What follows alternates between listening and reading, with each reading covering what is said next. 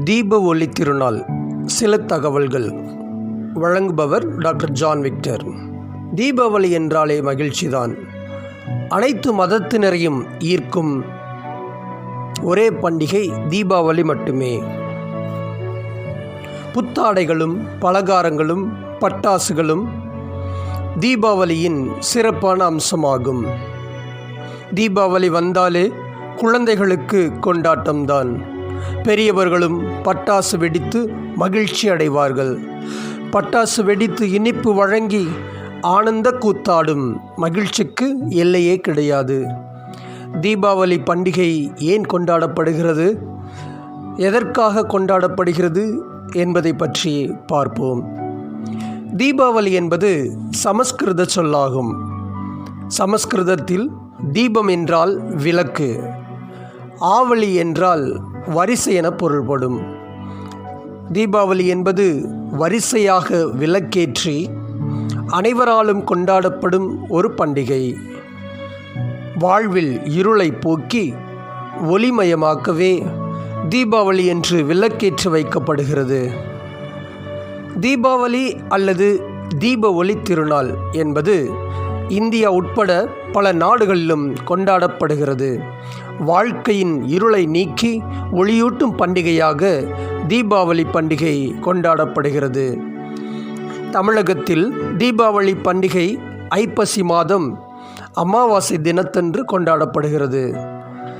October 17 முதல் November 15ஆம் தேதிக்குள் தீபாவளி வருவதாக கிரகோரியன் நாட்காட்டி கூறுகிறது. 14 ஆண்டுகள் வனவாசத்தை முடித்த ராமன் ராவணனை வதம் செய்து அயோத்திக்கு திரும்பிய நாளை தீபாவளி பண்டிகையாக நாடு முழுவதும் கொண்டாடுகின்றனர். நரகாசுரனை கண்ணன் வதம் செய்த நாளாகவும் தீபாவளி கொண்டாடப்படுவதாக நம்பப்படுகிறது. அதிகாலை எழுந்து தலையில் நல்லெண்ணெய் தேய்த்து குளித்து வீடு முழுவதும் தீபங்கள் ஏற்றி தீபாவளி கொண்டாடப்படுகிறது. வட இந்தியாவில் ஹிந்து புத்தாண்டாக தீபாவளி கொண்டாடப்படுகிறது. தீபாவளி மகாலட்சுமிக்கு பிரசித்தி பெற்ற தினமாகும். அந்நாளில் வீட்டிற்குள் மகாலட்சுமி வருவாள் என்ற நம்பிக்கையால் செல்வத்தை வழங்கும் லட்சுமியை தீபாவளி என்று வரவேற்கிறார்கள். வணிகர்கள் தீபாவளி நாளில் விநாயகரை வணங்கி புது கணக்கு தொடங்கி தீபாவளி கொண்டாடுவர். ஒடிசா மாநிலத்தில் இறந்த முன்னோர்களை தீபாவளி என்று வழிபடும் பழக்கம் உள்ளது. மேற்கு வங்கத்தில் தீபாவளி என்று காளி பூஜை நடத்தப்படும். இந்தியா தவிர இந்திய வம்சாவளியினர் வாழும் நாடுகள், முற்காலத்தில் இந்திய மன்னர்கள் ஆட்சி செய்த நாடுகள் ஆகியவற்றிலும் தீபாவளி பண்டிகை கொண்டாடப்படுகிறது. அந்த வகையில் இலங்கை, மலேசியா, சிங்கப்பூர், கனடா, ஐக்கிய அரபு அமீரகம், இங்கிலாந்து, ஆஸ்திரேலியா, நியூசிலாந்து, மொரிஷியஸ், தென்னாப்பிரிக்கா, தாய்லாந்து, மியான்மர், கயானா, மேற்கிந்திய தீவுகள், பிஜி உள்ளிட்ட நாடுகளிலும் அரசு விடுமுறையோடு தீபாவளி பண்டிகை கொண்டாடப்படுகிறது. இந்து மத சகோதர சகோதரிகளைத் தவிர பிற மதத்தவரும் பல்வேறு காரணங்களில் நினைவில் முன்னிறுத்தி தீபாவளி பண்டிகையை கொண்டாடுகின்றனர். சமண மத கடவுள் மகாவீரர் இந்த நாளில்தான் மோட்சத்தை அடைந்ததாக நம்பப்படுகிறது. இதனால் மகாவீரரின் நினைவாக சமணர்கள் தீபாவளி பண்டிகை கொண்டாடுகின்றனர்.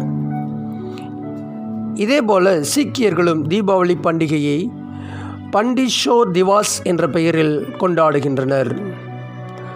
கிறிஸ்தவர்கள் இயேசுவே உலகின் ஒளி என்ற கருத்தை மையமாக கொண்டு தீபாவளி கொண்டாடுகின்றார்கள்.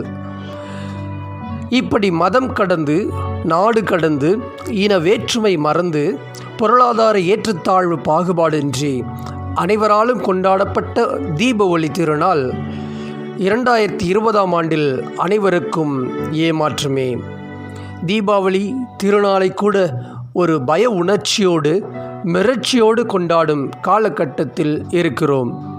ஆம், கொரோனா என்ற கொடிய அரக்கனுக்கு ஆயுதமின்றி பல லட்சக்கணக்கான மக்களை கொன்று குவித்த பின்பும் வெறியாட்டம் தீரவில்லை.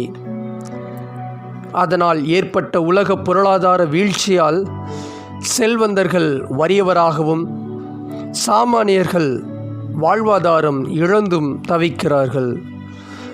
பெற்றோர்கள் பிள்ளைகளின் எதிர்காலம் பற்றி அதிக கவலையில் உறைந்து போயுள்ளார்கள்.